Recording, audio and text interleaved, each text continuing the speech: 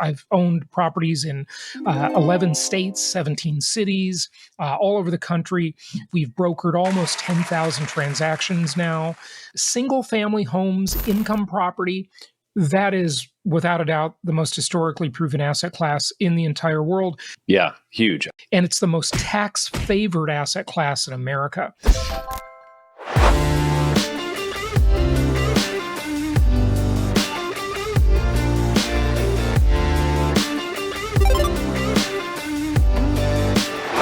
Today's guest is Jason Hartman. Jason has been investing in a whole bunch of different types of real estate for decades. He has also built a large real estate education company. Now, Easy Pay Direct has tons of clients that sell real estate education, so I'm very familiar with this space.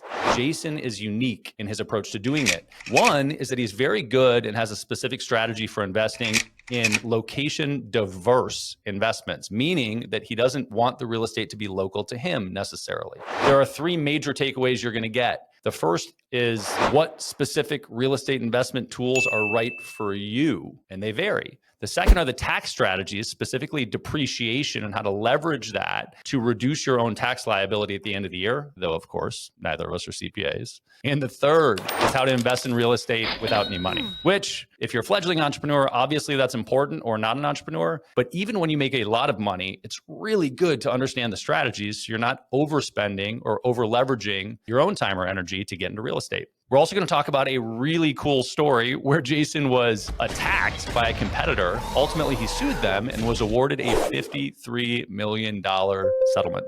Without further ado, Jason Hartman.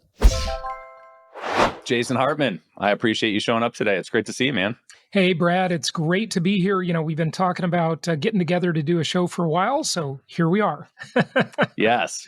We get real life FaceTime, but this is the first time we're getting to record something. So I appreciate you carving out the time.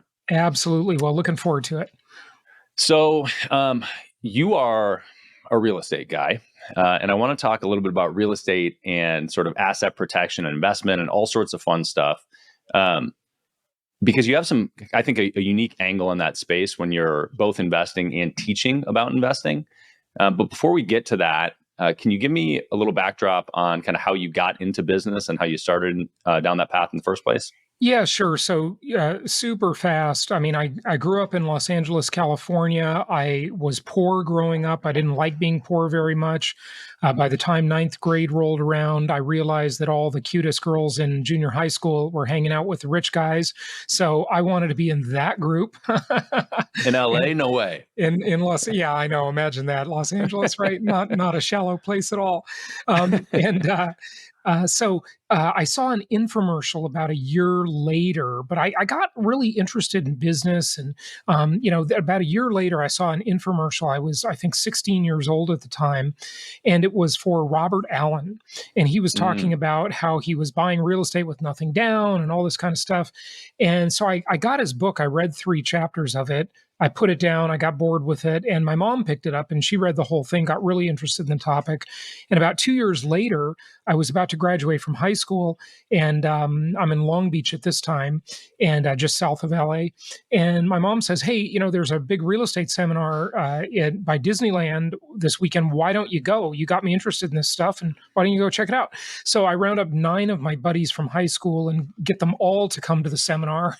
And it's one of those sort of pitch fest seminars where there's lots of speakers and they're all pitching, at that time, books and tapes. Okay. Right. And long before Dating software and that kind of stuff.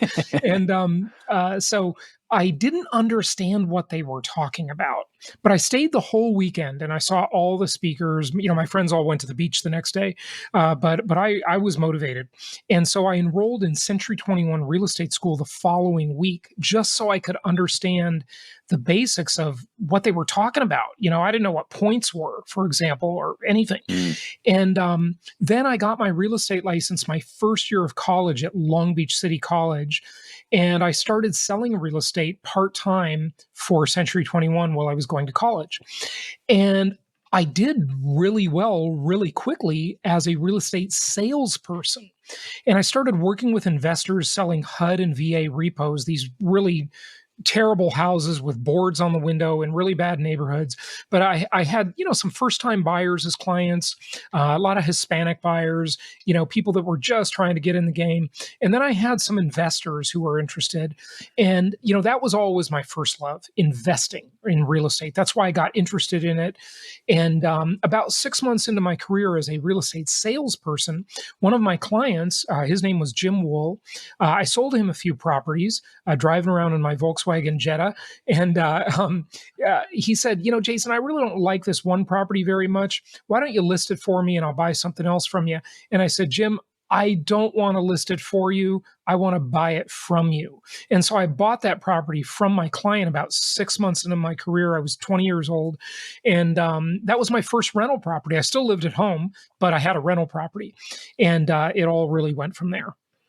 Crazy. So, I mean, there are a lot of things that are interesting. The first for any new people in business is you took a bunch of steps that almost nobody takes, which are, first of all, you're a high school kid and you rallied 9 people to come with you in high school. They're real estate. I couldn't do anything alone at that age, That's amazing. And then you stuck it out. But I think, one of this is applicable to people way down the path in business too, which is that if you don't understand something, a lot of people eject right away. Right. And they're like, look, I'm so far behind behind the curve here that I'm not going to invest the time to understand the lexicon to even get there. Right. And that was the first thing that you dove headfirst into. So I applaud you for that. That's amazing. And it's a good lesson for people. Yeah. What's confusing to me is you had who you presumably respected as an investor tell you that they didn't want the house. And then you were like, oh, I'll buy it. Yeah. What did you find out why they didn't want the house? It was a 1-bedroom condo, and 1-bedrooms aren't the most ideal rental property. You really want a 3-bedroom, 2-bath.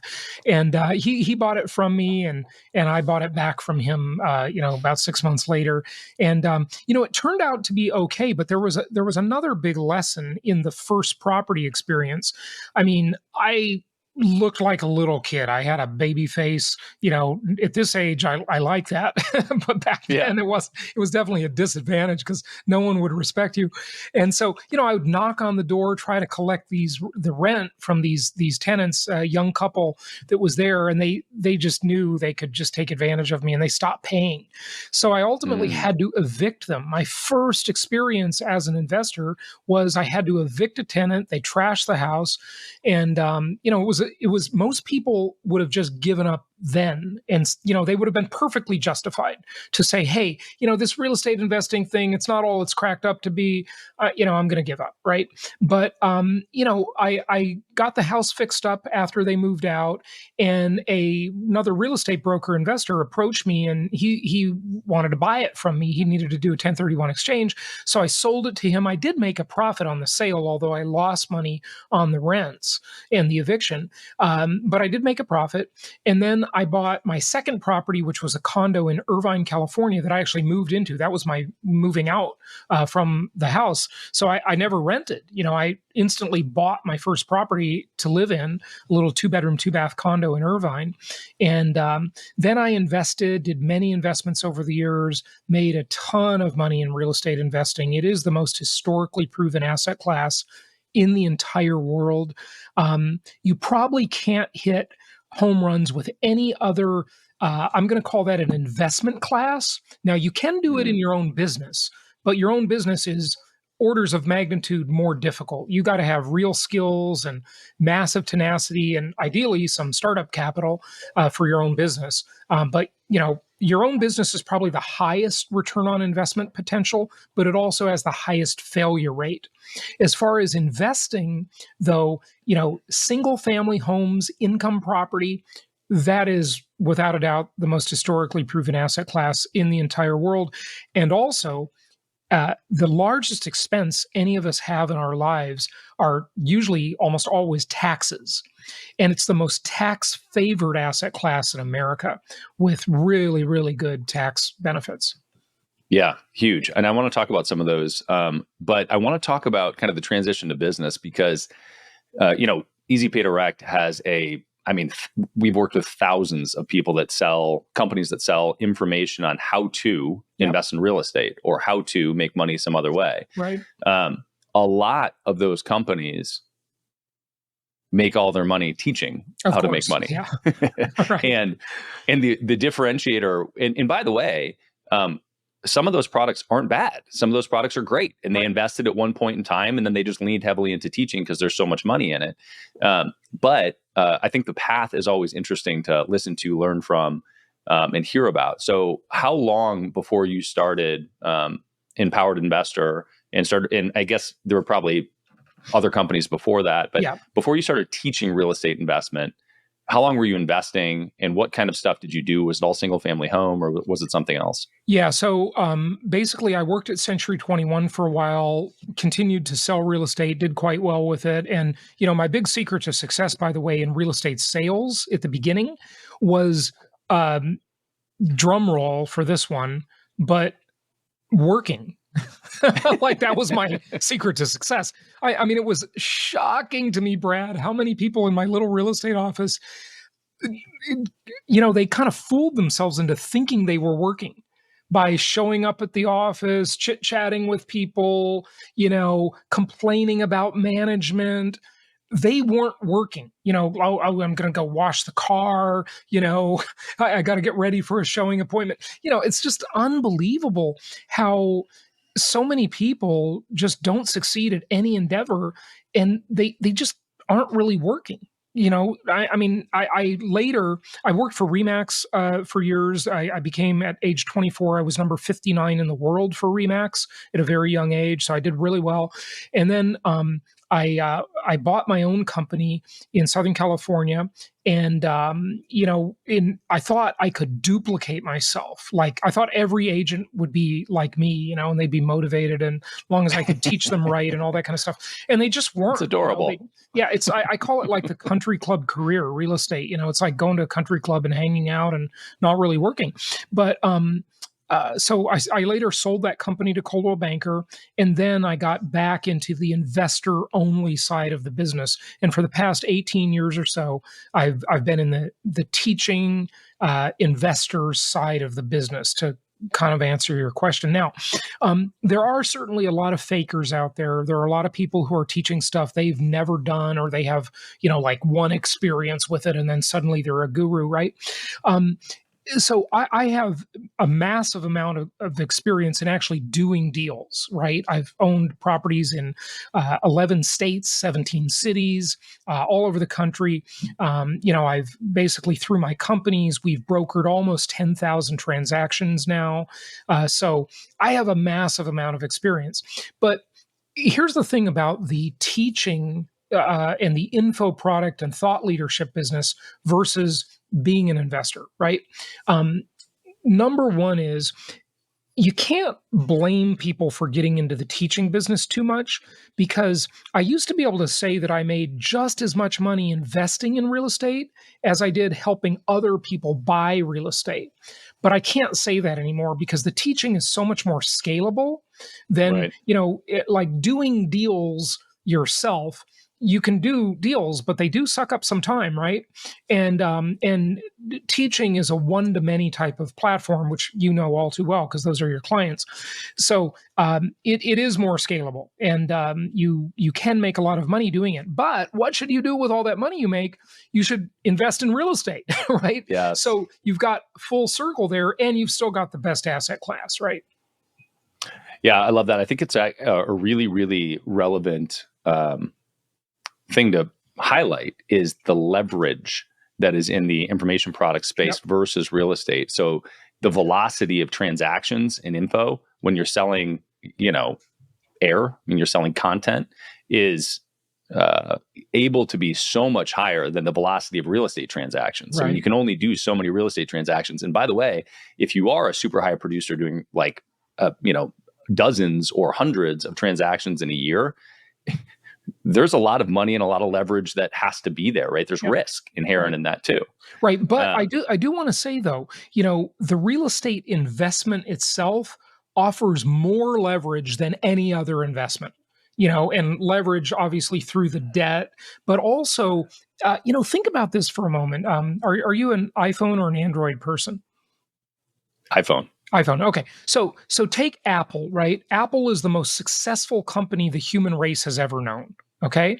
And, every year they come out with a new $1,500 phone, right?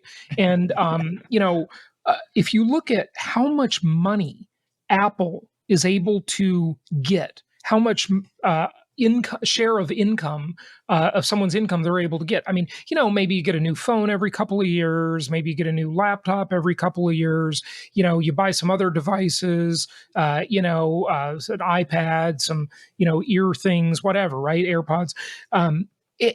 Maybe on average, someone, who's got, a few bucks, right? They're spending $1,500, $2,000 a year with Apple.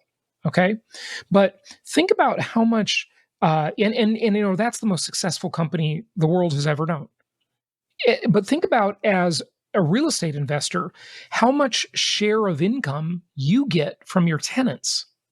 I mean, talk about leverage. The first 12 to 15 days of every month, your tenants are working for you. You're getting 33 to 40% share of income. Apple can't do that. Apple's not even close to that, right? If someone makes $70,000 a year and they spend $2,000 with Apple, right, or $1,000 with Apple every year on average, I mean, they're going to spend way more than that on their housing. And you get to use the bank's money to acquire the asset, about 70, 75, 80% of it.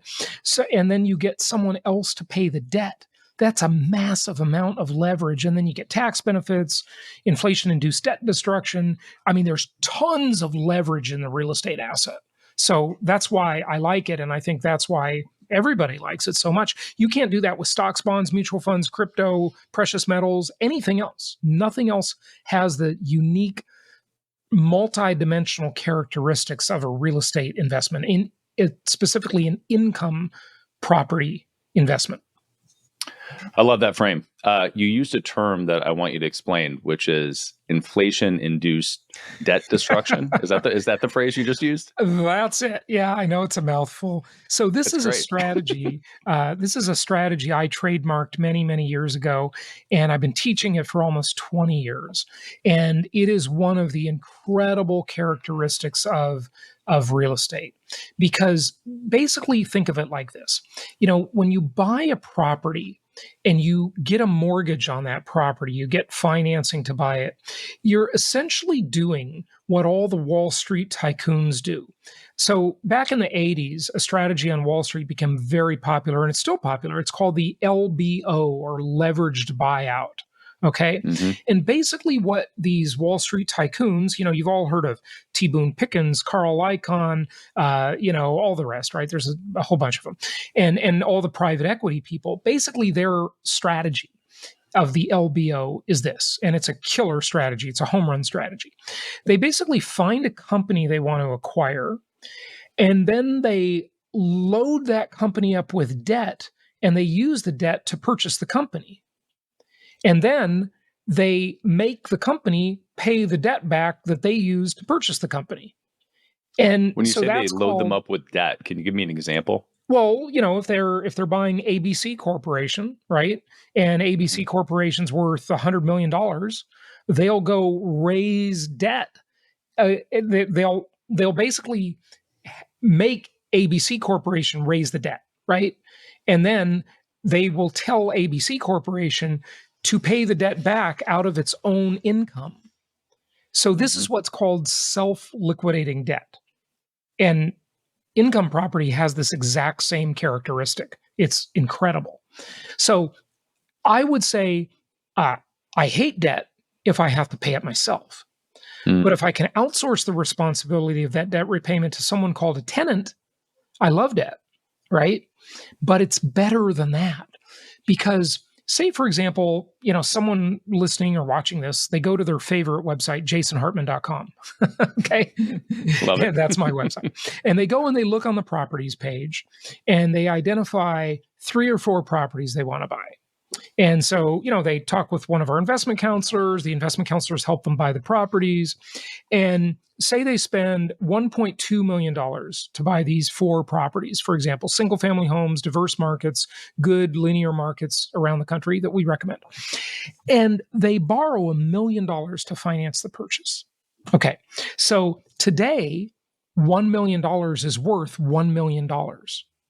But in the future, because it's extremely likely there will be inflation, okay? Inflation destroys the value of savings, stocks, bonds, and thankfully, debt. So we borrow the debt at today's value, which is $1 million in that example. But in 5 years, $1 million will probably only be worth, I don't know, $900,000 or $850,000, right? Or maybe only $800,000 or $750,000, depending on how bad inflation is. So each of those dollars that we borrowed is now worth less. And we get to pay them back over time at a lower value. This is called inflation-induced debt destruction. I know it's a mouthful, but this is an incredible characteristic that very few people understand. Most people, Brad, when they buy a property, they think, okay, I'm going to buy low and I'm going to sell high. That's my whole strategy, right? And they love that appreciation they get. But there's a hidden benefit, like the iceberg, most of it's below the surface of the water. And that benefit is that they're actually paying the debt back in cheaper dollars. Well, they're not even paying it. The tenants are paying the debt. And so the monthly payment is debased by inflation. So it gets lighter and cheaper to pay over time. And the balance of the loans gets cheaper and lighter to pay over time with inflation. And the asset itself, the real estate, that's a commodity. I mean, I'm in my house, right? Behind me is a wall, and that wall is made up of lumber, drywall. Inside it, there are copper wires. Below me is concrete. In front of me is glass and steel. Okay. And all of these commodities are hedged to inflation. They're indexed to it. So when we have inflation, the value of the property goes up, and all those, what I call packaged commodities that are the ingredients of the house, petroleum products, energy, labor, et cetera, all those things I mentioned, and those go up. Well, the value of the debt goes down. So this is like an incredible set of characteristics that really nobody has access to these multidimensional characteristics like they do with income property. Yeah, most people don't think about that. Yeah. I love that. I love that concept. So why, while we're on real estate and it being a good investment tool, why single family homes? Are you stuck in that asset class? And I want to talk about a couple other things here too, because you diversify geographically. Yeah. And I'm terrified of that proposition. So I'm very geographically fixated on areas that I know thoroughly and ideally I'm present in. So let's start with single family home, and you can take it where you want, but why that versus others? And do you play in other spaces? Yeah, I do. I mean, I've owned some big apartment complexes myself. We've sold some apartments to some of our clients over the years, or I should say they purchased them through our referral network. I own a mobile home park currently. I'm okay with other assets, but for the vast majority of people, the humble single family home is the best asset class. It's got the best financing. It's got the best tax benefits, better than the commercial properties, okay? And it is something that you can buy as an investor, but you have two different ways to sell it. You can sell it to another investor, or you can sell it to an owner-occupant. And it appreciates the best. It's just the best asset class of all of them. The downfall of it is that it doesn't scale as well if you have a lot of money to invest. Although we have clients, that have purchased hundreds of homes through our networks over the years. But the big institutional investors are now buying, tens of thousands of single family homes, well, hundreds of thousands altogether, maybe millions. So it can scale. It's not quite as easy to scale as, buying one apartment complex, right? But one apartment complex, number one, multifamily is experiencing some real pain right now because it's oversupplied, where single family, there's a shortage. Okay. So those are at opposite ends of the spectrum. But, even in the multifamily space, in a few years, that'll probably work itself out. I mean, I'm bullish on housing in general, whether it be multifamily or single family, but single family has the best characteristics and it's the most accessible for most people. You don't have to be a rocket scientist to figure it out, and you can scale it in a big way if you want to. So it's my favorite. Yeah, I think that it's also understandable, right? Yeah. So everybody lives in a residence. So everybody has some intimate connection with just the basics. Right.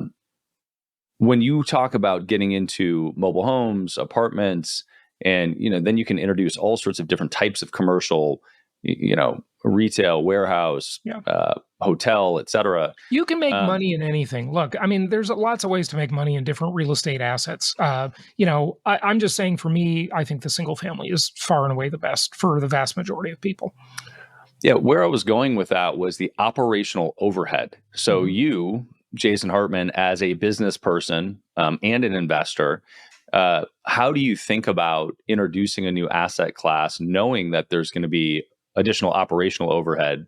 Do you step in and run it? Do you hire a management company to run it when you do something like a mobile home park? How do you approach introducing a new asset class, even though it is inside of real estate, which is your wheelhouse?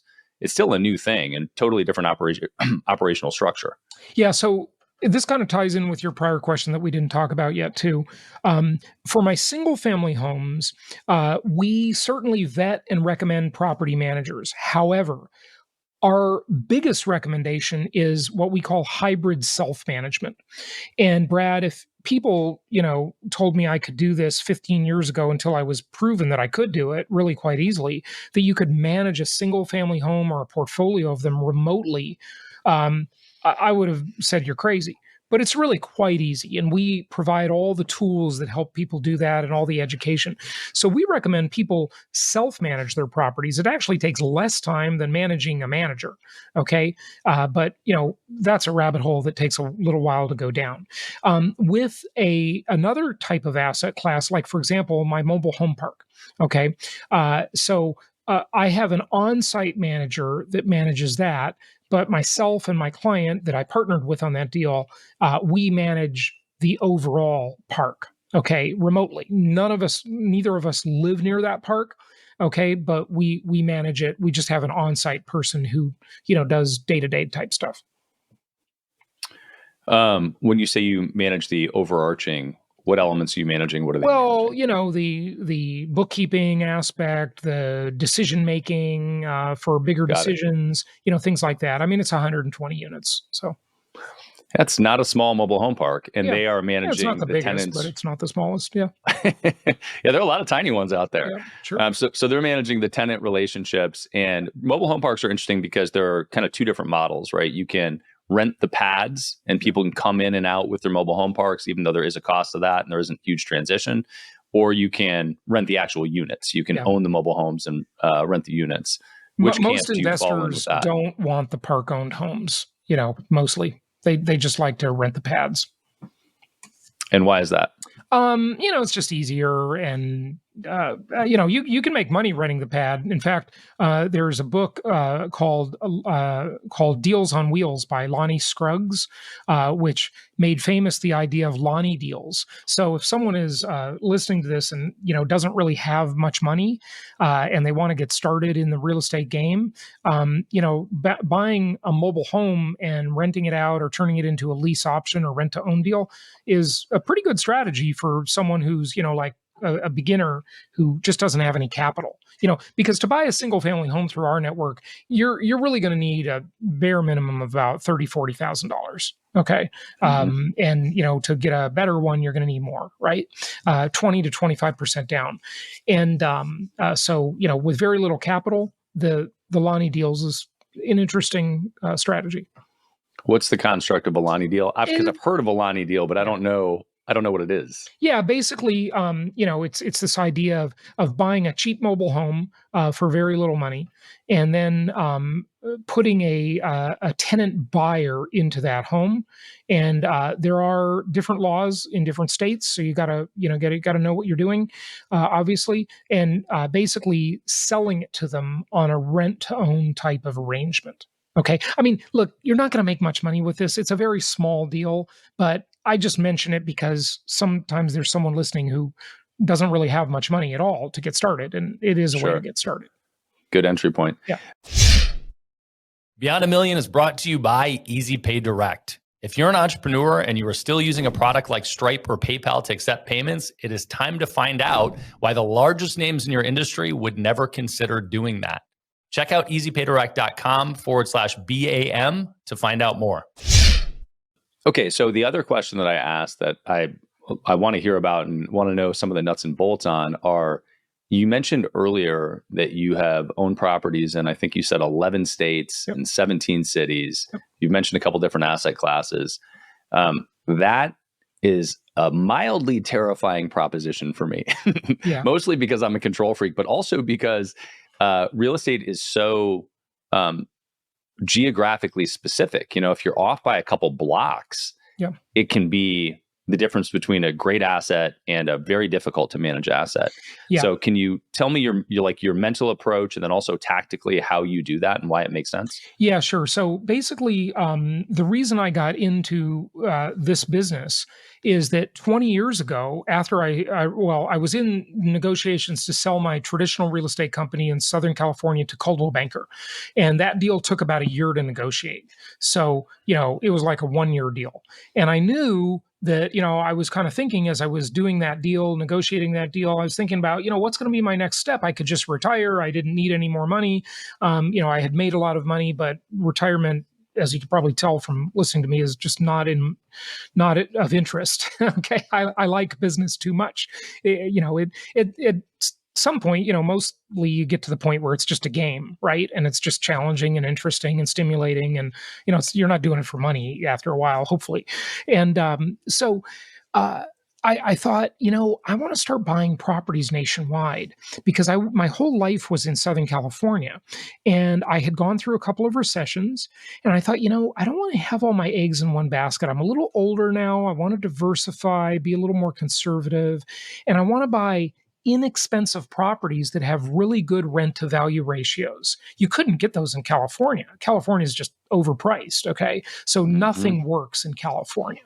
But there are a lot of less expensive, what we call linear markets around the country where you can get very good deals. So, this idea of I've got to live near my property was really fixed pretty well for me when I had a property that I lived near.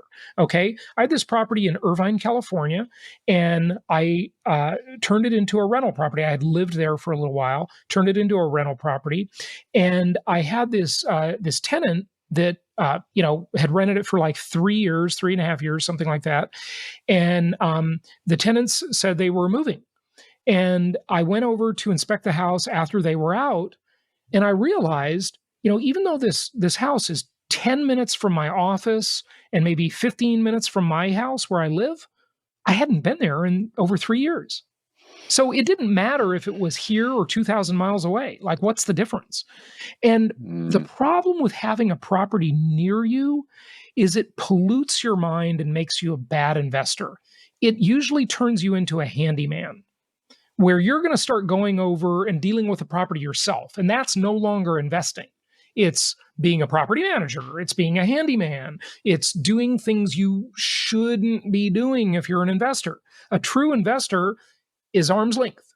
Okay. They don't, and I have many properties that I've never seen, tenants I've never met, that I have purchased and sold and owned for 16 years and never went to the property, never met any of the tenants. Worked out great. So okay, there are tools nowadays that we provide for people, for our investors, that make it very easy to be a remote control investor. Okay, so these are really good points, and definitely technology has gotten better to be able to do some of that stuff. And you're right. I have properties in town. I actually just went to a property that I have in town that I haven't been to in a year. And I only went because it happens to be empty. And I was like, yeah, I don't know, go look at it. Which there was no reason to. I just had a friend in town and I thought we would go do it. Yeah. But what I don't know and what I'd like to get a little clarity on is how you assess these things and how you're confident and we don't have to go super deep on this, but like, what are the bullets for making sure that you don't misfire on buying a property, buy in the wrong area, et cetera, et cetera. Yeah, well, the first thing is, buy through our group, through our referral network, because this is what we do. We've been in this business, with different companies and so forth for like 20 years almost. And you can't. Well, I guess that's the origin story I didn't tell you. I was leading up to that before. I tried to do this myself. And I was flying around the country. I was researching markets. And, I just wanted to buy some of my own properties as I was exiting my other company. I knew I was going to have a ton of money that I had to deploy. And it was so difficult, Brad. I mean, I was like talking to these random one-off realtors and sellers and, trying to research markets. And I just couldn't do this myself. And I thought, there are probably a lot of other people like me that would like to be nationwide investors. So they're diversified, so they have all the advantages of being in the better markets. And, if I need this and I find it hard to do this myself, why don't I just create a whole business and provide this service for other people? So I was basically my own first client when I, got into this industry of, we'll call it, real estate investor referral network industry. Okay. I was the first client and, I kind of just figured out how to do this successfully. I mean, look, we're still figuring it out every single day, of course. Sure. But, that's why I got into this business, because I just thought there'd be other people that needed this same problem I had solved. And, that's the way a lot of businesses start. So what I heard there, one answer to that question of how do you vet properties remotely where you don't really know the area is buy from somebody that's already vetted it. Yeah. Yeah. So we have basically what we do is we sign bulk referral agreements with different sellers in different markets that we like, right? And so, we've helped many other clients go into those markets. And so, that's what happens when we get another client that wants to go into that market. We have a track record in that market. We have lots of experience with our teams on the ground, our boots on the ground, and with that market. And we like to say we are area agnostic. So when a market stops working, we stop recommending it. And we just go to another market, which is one of the benefits of not having a physical office in that city or in that neighborhood, because we have no cost of leaving. We can just move around and do what makes sense. Now, what makes sense for a new buyer is not necessarily what makes sense for someone who bought a year ago, because someone who bought a year ago has already got a stabilized property. It's probably performing great, and they just stay put and keep running their property. And we help them and support them for, a lifetime, basically. But a new buyer may not have as much luck going into that market anymore, because things do change. It's very dynamic. For sure. So let's shift and talk about that business, because we've got, I think, a number of interesting stories behind this. But you did a bunch of investing, you sold a brokerage, had a bunch of money to deploy, moved into investment. And at some point, I was already investing. It was just all in Southern California before that. Got it. And at some point that evolved into or was the conduit for educating people around it. So how did the education business start? Did you start with, a network is a tough thing to build, right? That's generally to get that network effect where you have two sides for the transaction it's not a simple thing to do. And how did that happen? The nice thing is I started in this industry of the real estate investor industry in Orange County, where I was based, where I was already a pretty famous local realtor Okay. And I already had lots of clients, and they were in that Southern California market, and they thought the same thing I did. It's too expensive. Nothing works. You can't make the numbers work on expensive rental properties. They've got to be entry level houses. So basically, I just started hosting little seminars at my office in Newport Beach, California. Mm. And that's one of the offices. I had a couple of them. The Coldwell Banker didn't buy because they had just purchased another company there. So I still had that lease, right, for another couple of years. So I just kept it and used it for my investor business. And I started hosting these seminars. And then I started a radio show that turned into a podcast. And, my podcast is now one of the oldest real estate investing podcasts out there. It's been running for 18, 19 years even now. Wild. Back since nobody knew what a podcast was. Yeah. Right. So it sounds like the launch of the information product company wasn't really a launch of an information product company. It was sort of a extension of investing in real estate and connecting with other investors. Yeah. It was basically, it was always an information company or an information business in the sense that we were teaching people things, right? We just weren't doing it en masse until later. How long did you go before you leaned heavy into that? And because, we know each other from the largest real estate investor education mastermind. Yeah. And it's basically every real estate educator in the country is a part of the mastermind. So it's a huge industry and there's a ton of money to be made there. When did you say, hey, you know what? I'm doubling down on the info product company and leaning in heavy there? So, I started podcasting in 2005. And so, I know it was very early and nobody knew what a podcast was. Hardly anybody was listening back then. And, it all kind of grew out of that, I'd say, that one-to-many type of teaching. Got it. So where I want to take us here is, as you grew this, eventually you ran into a rather significant challenge with a competitor. Can you give me an idea of, and I'd love to hear the story, but can you give me an idea of size and scope of your company at the time and lead us into that? Yeah. So, two of myself personally and two of my companies were attacked by a competitor who was trying to gain market share by stealing our market share, and basically they were posting all sorts of falsities online and telling lies about me and emailing my vendors and interfering in those relationships. So we took them to court. And unfortunately, it was so delayed because of COVID, and the trial kept getting postponed, and it kept costing us more and more money to wait and just do nothing. Well, before we could actually get to court. So we finally got to court, and we went to federal court in Fort Lauderdale, Florida. I live in Palm Beach, Florida now, and after an 8-day jury trial. The jurors deliberated for about a day over this case, and they awarded me and two of my companies a $56 million jury award against 6 different defendants that were basically trying to destroy my business and destroy my life. Brad, it was so incredible. They actually hired a marketing agency, a digital marketing agency, to ruin my reputation. I mean, wow. You got to give these people credit. They scaled up.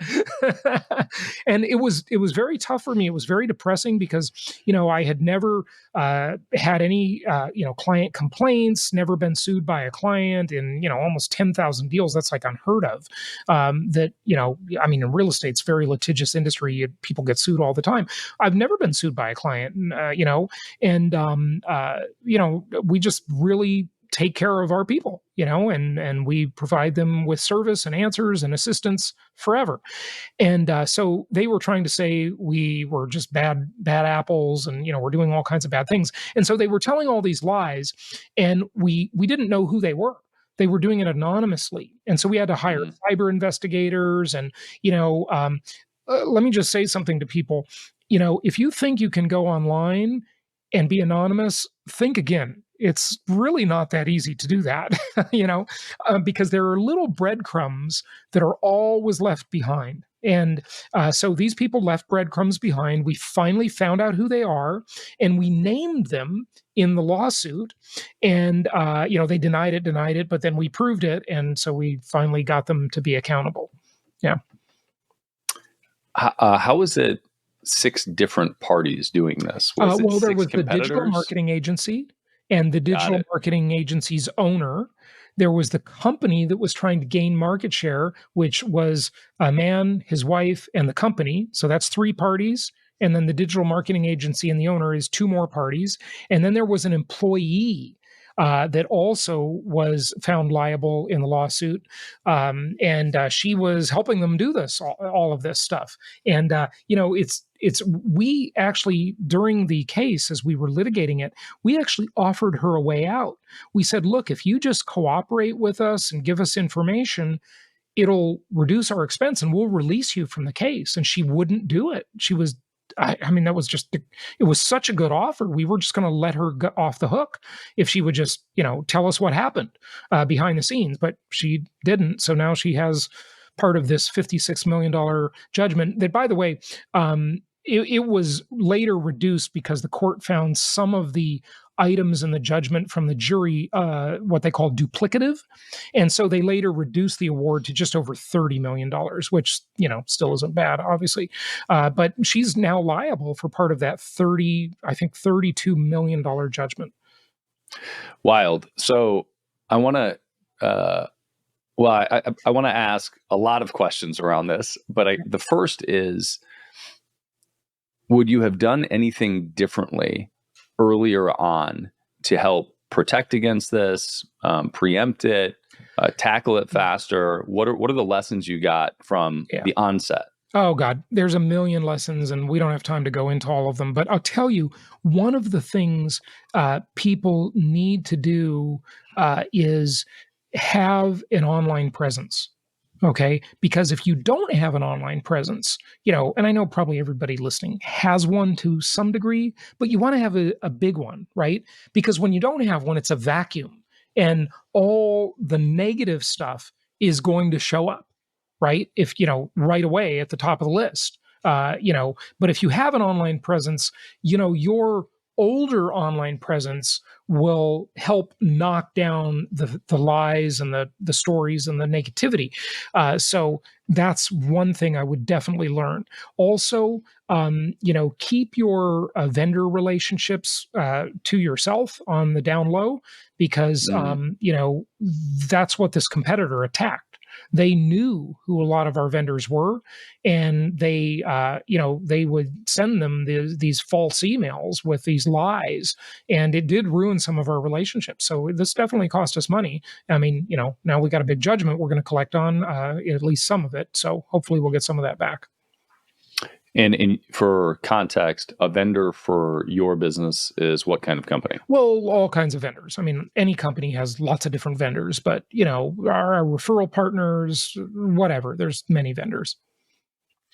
Yeah, but I think that those are relevant considerations because some things, in different businesses, some of those vendors are more public than others. Yeah. Some would be considered IP, right? Stuff that nobody would know otherwise. And some are going to be public and you can track down. So like what ones do you think, when you say keep your vendors close and don't disclose them? Any of them. I mean, it depends what kind of business you're in. I mean, you can share them with your friends and refer people around, but, don't paste them on your website, for example. And we didn't do that, by the way. I'm just making a general comment for the benefit of the listeners and viewers. Yeah. I think that's relevant. So you mentioned you're going to collect some of it. So once you have a judgment like this, what is the path to collection? You've got 2 companies and a bunch of individuals. Yeah, it's an extremely litigation is a very high burden, and it's a very expensive thing. And I think these folks thought I wouldn't follow through. But if there's one thing I am, it's persistent, and I'm also idealistic. So I'll keep going. I'll keep devoting resources, and whether they be money or time, to something I believe is a just cause.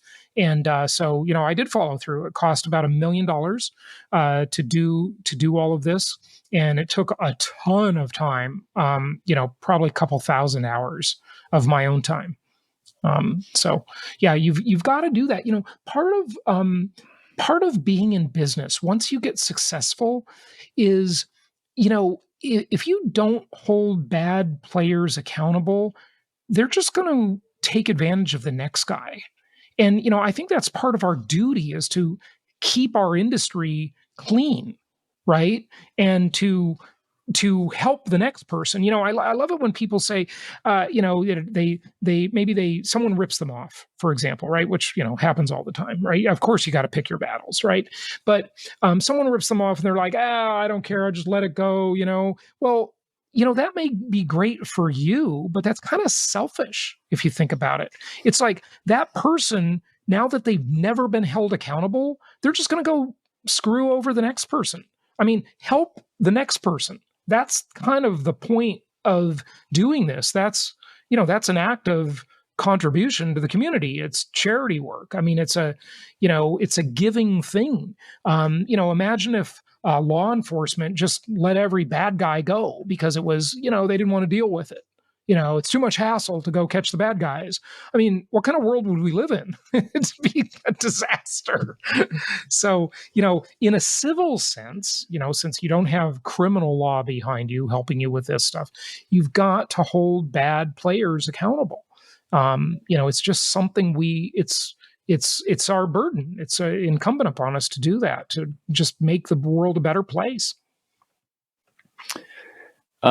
I know you're pressed for time here. Before we wrap, when we were talking earlier, we were talking about tax strategy, and we are recording in November of 2023. I am a active real estate professional, and by commercial, which gives me cost segregation benefits, and I've done several we do episodes cost seg on residential properties.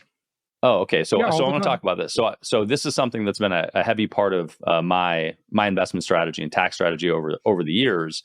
In 2023, the benefit of that has been reduced from 100% to 80%, and will continue to get reduced until presidential change, probably. But tell me, today, what good tax strategies are, if you want to talk about, residential cost seg or whatever else. What's a good strategy for somebody that's making, let's say, several $100,000 a year or $1 million plus a year? Yeah. What are the advanced tax strategies So that you lean into? there are many. Income property is the most tax favored asset class in America, but one of them is and it's really the best of all, and it is depreciation. Because depreciation is a phantom write-off or a non-cash write-off, and you've got to qualify for this depreciation. Now, of course, I'm not a tax expert. I'm not an attorney. I'm not a CPA. So check with the appropriate professional. Of course, that's my disclaimer. But one of the great things is that if you can qualify for all of these benefits, when you look at purchasing a property, most people think of that as a singular thing. It's really two things. It's the land and it's the improvement, the house or the apartments sitting on the land. I don't know why that does that. That's the AI. That's hilarious. I got to figure out how to turn that off. It also does this. Like when you do a thumbs up, it does a thumbs up too. For those just listening, we just had a series of balloons like we go across Jason's screen. We're being attacked by AI. Yeah, the AI overlords are taking over. You can't turn this stuff off. I don't know how to turn it off. Anyway, I love it. So when you buy a property, you're buying these two components. Okay, and the IRS treats the two components differently. The land, the IRS just does not allow you to depreciate it because it'll always be there. But the structure sitting on the land, the IRS allows you to depreciate it if it's residential over 27.5 years, if it's commercial over 39 years. So the residential property has a 25% better tax benefit. I alluded to that earlier. Okay, and essentially, you can make money on the property. You could have positive cash flow. It could be going up in value, but the IRS And, because of all the lobbyists that have lobbied Congress over the years, they'll let you treat it as though you're losing money. It's a beautiful thing because most tax benefits, if you want a tax write-off, you've got to write a check or spend some money. This one, you don't have to spend any money. You could be making money and you get the write-off. It's a phantom write-off or a non-cash write-off. So it's an incredible thing. And there are many other tax benefits as well. But depreciation is the holy grail. And you have that with income property. I want to poke on that a little bit. Yeah, so, and Brad, I do need to run to jump to my next appointment, so I apologize. But got it. Okay, well then I won't poke on it. Yeah. Where do you want to point people if they want to find out more about depreciation or real estate investing, Jason Hartman? Yeah, so my website is jasonhartman.com. That's my main website. And then, you can find my podcast on any podcast network. Just look for Jason Hartman, and that's Hartman. And also on YouTube, just look up Jason Hartman and you'll find me. I love it. Yeah. Jason, always good to see you, man. I appreciate you carving out time. All right. Hey, thanks, Brad. And sorry I have to jump, but it's great talking to you. Love it. I hope you enjoyed the episode as much as I enjoyed doing it. I need your help. There are 3 places you can find Beyond a Million. The podcast itself, beyondamillion.com, which has some cool free resources, including a free course. And we finally launched the Beyond a Million YouTube channel. I would love it if you would go there and subscribe. And if you don't want to, you still would probably enjoy seeing the visual content. Check it out, youtube.com/@Beyond a Million.